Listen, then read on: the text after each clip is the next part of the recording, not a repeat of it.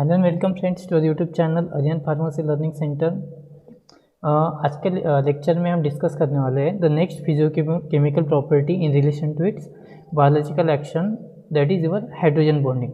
सो hydrogen bonding में हम आज डिफरेंट एग्जांपल के साथ how this hydrogen bonding of that particular drug affect on that physicochemical property of that particular molecule that we should try to understand in today's lecture.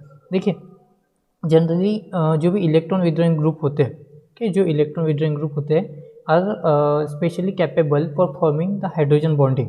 Okay, अभी electron withdrawing items कौन से, तो इसके अंदर आते हैं अपने ऑक्सीजन, या we can call it as a halogens like fluorine, chlorine, iodine like that, या सल्फर या nitrogen. these are the electron withdrawing atom which are capable of forming this hydrogen bonding। तो ये जो हाइड्रोजन बॉन्डिंग होती है it is generally of two types. First one is one intermolecular hydrogen bonding and second one is intramolecular hydrogen bonding. Okay, intermolecular hydrogen bonding और intramolecular hydrogen bonding. तो so first try to understand what is mean by this intermolecular hydrogen bonding. पहले intermolecular hydrogen bonding क्या होता है वो पहले हम discuss करने की कोशिश करेंगे। So this intermolecular hydrogen bonding is such kind of hydrogen bonding occurs between two or more than two molecules of the same compound। मतलब एक ही कंपाउंड है अपने पास, ठीक, एक ही कंपाउंड के एक दो या दो से ज़्यादा जो भी कंपाउंड है तो उनके बीच में अगर कोई हाइड्रोजन बॉन्डिंग है तो we can call it as a intermolecular hydrogen bonding. अभी यहाँ पे आपको दो अलग अलग मोलिक्यूल दिख रहे हैं, तो दो अलग अलग मॉलिक्यूल में अगर देखेंगे, suppose this is a molecule of water, तो अगर दो वाटर के मॉलिक्यूल जब आते हैं तो इसके अंदर जो हाइड्रोजन जो ऑक्सीजन है ये और ये जो हाइड्रोजन है, तो ये दोनों के बीच में जो आपको बॉन्डिंग दिख रहा है between this one water molecule and this another water molecule. Okay, C this is one oxygen atom of this water molecule H2O and this is hydrogen of another water molecule. अगर ये oxygen है तो इसका इधर अगर कोई molecule attach होते तो उसके हाइड्रोजन के साथ ये बॉन्डिंग दिखाएंगे। So this is called as intermolecular hydrogen bonding. मतलब दो अलग अलग मॉलिक्यूल, एक ही कंपाउंड के दो अलग अलग मॉलिक्यूल, उसके अंदर अगर कोई इलेक्ट्रॉन विड्रॉइंग ग्रुप एटम या इलेक्ट्रॉन विड्रॉइंग ग्रुप या इलेक्ट्रॉन विड्रॉइंग एटम उसके साथ अगर कोई हाइड्रोजन अगर वहाँ पे बॉन्डिंग दिखा रहा है तो it is called as intermolecular hydrogen bonding between two molecule. In this example of this ammonia, here nitrogen and hydrogen is showing this hydrogen bonding। Okay, so this is also electron withdrawing atom and it shows the hydrogen bonding with another molecule of ammonia। Okay, so then अलग जो type आता है that is intramolecular hydrogen bonding। तो next that is intramolecular hydrogen bonding। next that is intramolecular hydrogen bonding।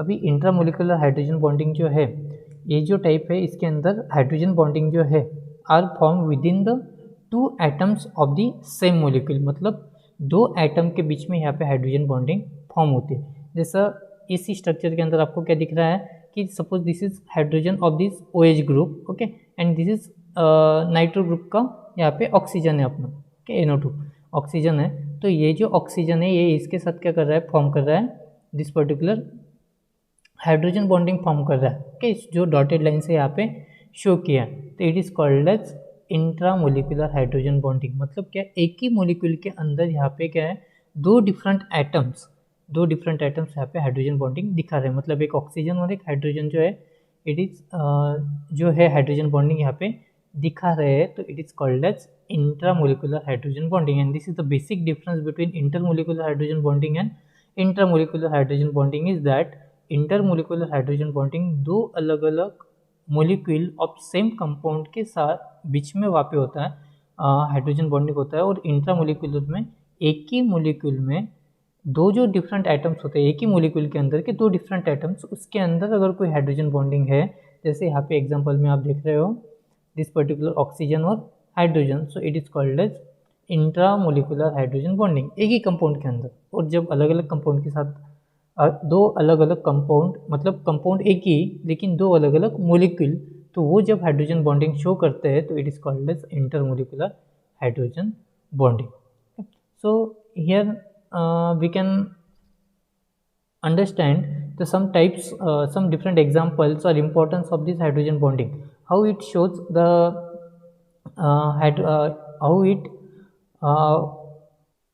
how it affect on the drug molecule, मतलब जैसा एक drug molecule है तो उसके ऊपर उसकी बायोलॉजिकल एक्शन के ऊपर अगर कोई हाइड्रोजन बॉन्डिंग अगर दिखा रहा है या नहीं दिखा रहा है तो उसके बायोलॉजिकल एक्टिविटी पे कैसा अफेक्ट करता है, we will see with this best example. यहाँ पे आपको दो एग्जांपल दिख रहे हैं। First one example is your antipyrine, okay, और second example is your 1-phenyl-3-methyl-5-pyrazolone which is it is shown that it is inactive. Why it is inactive? See, this antipyrin, that is 1-phenyl-2,3-dimethyl-5-pyrazolone has analgesic activity. It is well known compound which shows the analgesic activity antipyrin, जिसके अंदर आपको कोई भी वहाँ पे hydrogen bonding नहीं दिख रही है। लेकिन सी दिस इज 1-phenyl-3-methyl-5-pyrazolone के अगर दो मोलिक्यूल अगर आते हैं, अगर यहाँ पे दो मोलिक्यूल अगर आते हैं तो it shows the hydrogen bonding between this hydrogen of this nitrogen and oxygen of another molecule, मतलब अनदर दो मोलिक्यूल जब यहाँ पे मिक्स हो रहे हैं तो it shows the hydrogen bonding of that particular compound 1-phenyl-3-methyl-5-pyrazolone।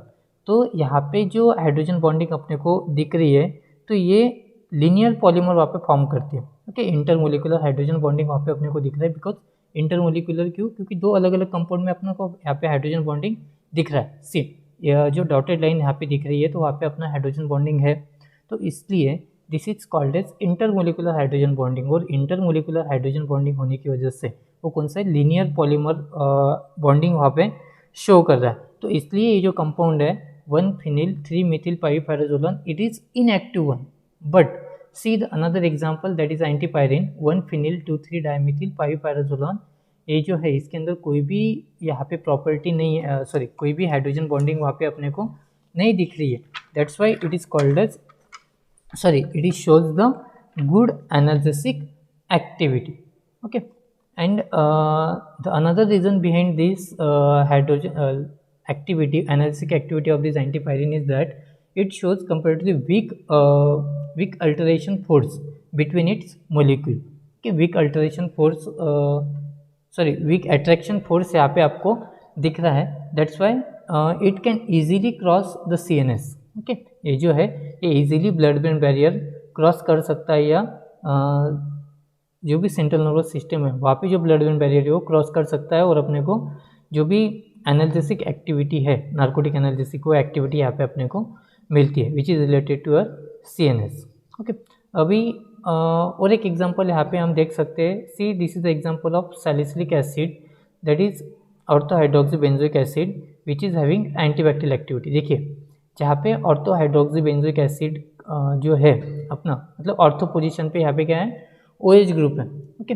So it is having quite appreciable as a antibacterial activity. Spelling यहाँ पे करेक्ट हो गया, it shows quite antibacterial activity, okay, orthohydroxy. लेकिन अगले कंपाउंड में आपको यहाँ पे para and meta hydroxy compound अगर देखा आपने, suppose this is the para hydroxybenzoic acid, तो यहाँ पे ये कंपाउंड यहाँ से ये कंपाउंड अलग है, और यहाँ से ये वाला कंपाउंड जो है ये अलग है, और दोनों यहाँ पे जो डॉटेड लाइन से दिखाए गए हैं that is intermolecular hydrogen bonding, okay. तो यहाँ पे जो हाइड्रोजन बॉन्डिंग अपने को दिख रहा है in that para hydroxy benzoic acid और मेटा हाइड्रोक्सी बेंजोइक एसिड, तो ये जो है जनरली जो भी इसकी हाइड्रोजन बॉन्डिंग जो है इसकी वजह से यहाँ पे अपने को जो भी कंपाउंड है ये लेस एक्टिव है या इनएक्टिव कंपाउंड वहाँ पे मिल रहा है, okay. C this is intermolecular hydrogen bonding. लेकिन ये जो अपना ऑर्थोहाइड्रोक्सी सैलिसिलिक एसिड है, ऑर्थो पोजीशन पे हाइड्रोक्सी ग्रुप, ये अपने को इंट्रामोलिकुलर हाइड्रोजन बॉन्डिंग दिखाता है। सी एक ही मोलिक्यूल के अंदर यहाँ पे ऑक्सीजन और हाइड्रोजन बॉन्डिंग दिखा रहा है, तो it is called as intramolecular hydrogen bonding. तो यहाँ पे अपने को देखिए ऑर्थो सब्स्टिट्यूशन होने की वजह से या ऑर्थो हाइड्रोक्सीबेंजोइक एसिड में इंट्रामोलिकुलर हाइड्रोजन बॉन्डिंग होने की वजह से it is having antibacterial activity, यह एक कंपाउंड एक्टिव है। लेकिन पैरा एंड मेटा हाइड्रोक्सीबेंजोइक एसिड में एक्चुअली होता क्या है कि यहाँ पे वाटर सोल्युबिलिटी इनहांस हो जाती है, ओके। यहाँ पे इंटरमोलिकुलर हाइड्रोजन बॉन्डिंग होने की वजह से क्या होता है कि वाटर सोल्युबिलिटी इंक्रीज हो जाती है, और जो भी अपनी लिपिड सोल्युबिलिटी है वो डिक्रीज हो जाती है for that particular salicylic acid. और इसके अपोजिट वहाँ पे ऑर्थो हाइड्रोक्सी बेंजोइक एसिड में होता है कि वहाँ पे वाटर सोल्युबिलिटी कम होती है और लिपिड सोल्युबिलिटी बढ़ जाती है, लाइक दैट। तो यहाँ पे because of this lower partition coefficient of this para and meta hydroxy benzoic acid, वहाँ पे जो भी अपना पार्टीशन कोएफिशिएंट है वो कम होने की वजह से क्या है कि जो भी एक्टिविटी अपने को मिल रही है, okay, जो भी एक्टिविटी यहाँ पे मिल रही है वो लेस एक्टिविटी या जो ये कंपाउंड है that is inactive one because of this lower partition coefficient. So friend, in this video we are discuss about this hydrogen bonding in well manner. So hope so you understand this hydrogen bonding in. So in next lecture we are discuss about the next physiochemical property, that is partition coefficient. So thank you friends for watching this video. Please like, share and subscribe this channel for more important videos related to your pharmacy topics, okay, and share the link of this video to your second year friends, so they can get the better knowledge about this hydrogen bonding. Thank you.